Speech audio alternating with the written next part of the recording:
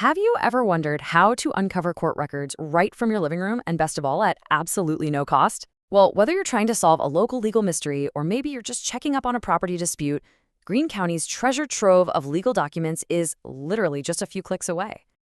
Now, before we dive into the deep end, just a quick disclaimer. This explainer is meant to be a guide, so the information we're covering is purely for informational purposes. You know the drill. Always make sure to be a responsible researcher and verify the accuracy of any official court records you might pull up. Welcome to the explainer. Today, we're handing you the ultimate free guide to unlocking Greene County court records online. We are basically going to turn you into a digital detective. You're getting the actionable, step-by-step blueprint you need to navigate the justice system's archives, and you're going to do it without paying a single dime in subscription fees. Let's get into it. Okay, let's dive right into this. Here's our roadmap for today. We're going to cover unlocking free court records, understanding Greene County records, navigating online court portals, advanced searches and local visits, privacy limits and troubleshooting, and finally, taking your next steps. Section 1. Unlocking free court records. So why is searching online such an absolutely invaluable skill? Well, for starters, learning to navigate these public portals is a total game changer because it lets you bypass those crazy expensive commercial background check sites. You can access civil, criminal, and family case details instantly, right from the source.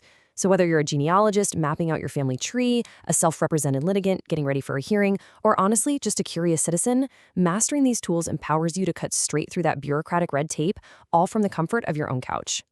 Moving on to Section 2, Understanding Greene County Records. Before you start your search, you really need to know what you're actually looking at. Court records are basically the written history of the local justice system, and they generally fall into 5 main buckets. You've got civil cases, which cover everyday things like contract disputes and small claims. Then there are criminal cases, which run the gamut from minor infractions all the way up to serious felonies. Family matters, those handle divorce, child custody, and support. Probate files deal with things like wills and estates. And finally, you have traffic records for, you guessed it, driving violations. Ultimately, the courts rely heavily on these detailed files to maintain fairness and a clear timeline of events. And hey, speaking of timelines, you are going to see one specific term pop up constantly, and that is the court docket. To put it simply, a docket is essentially the chronological storyline of a legal dispute. It's the official record that lists scheduled hearings, case events, and court calendars. So when you look up a case online, you are usually looking directly at its docket summary to see exactly what happened and when. All right, Section 3, Navigating Online Court Portals. Now for the really fun part.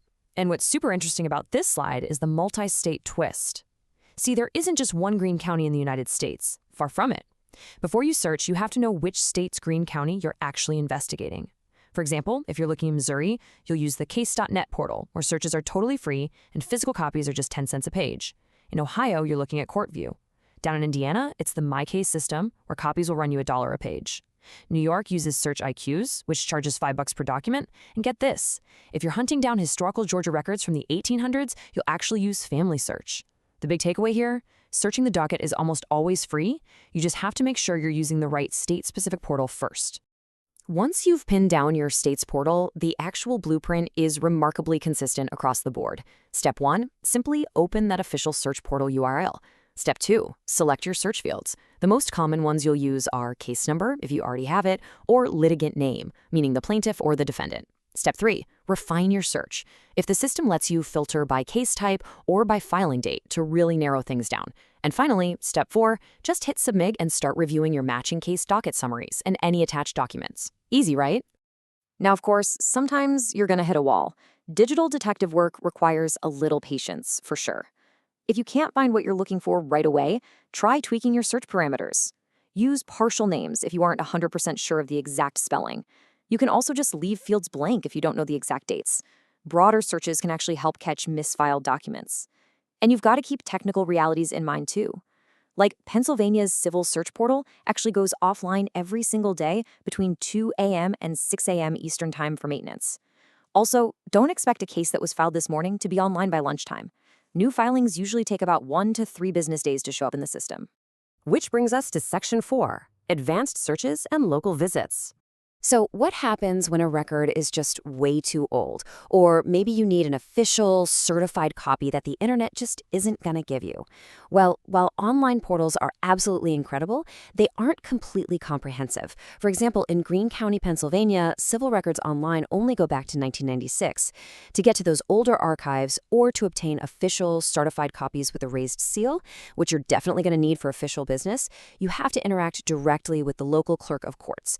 You can physically visit the courthouse and ask to use their public terminals, or even request that they pull the physical archive boxes right out for you. All right, Section 5, Privacy Limits and Troubleshooting. As you really start digging into your research, you are going to run into some intentional roadblocks. And this brilliantly illustrates why. The justice system has to strike a very delicate balance between public transparency and personal privacy. Publicly, you have free access to things like docket summaries, judgments, civil complaints, and traffic citations. But the law strictly restricts certain sensitive files to protect the people involved. So you are absolutely not going to find juvenile court records, trade secrets, mental health exams, or active arrest files online, especially where a suspect might flee if they knew a warrant was out there. If a record seems entirely missing, there's a good chance it may just be legally sealed. And finally, Section 6, Taking Your Next Steps. Okay, so you have the strategy, you know about the portals, and you understand the privacy limits. Let's quickly recap what you should take away from this explainer. First, identify your target state's Greene County. Second, access the correct portal, whether that's case.net, MyCase, SearchIQs, or whatever your state happens to use.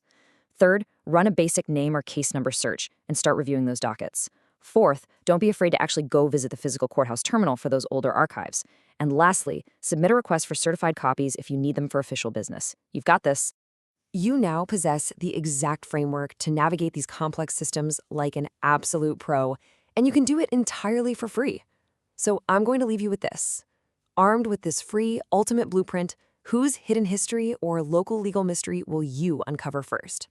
Happy researching, and thanks so much for joining me on this explainer.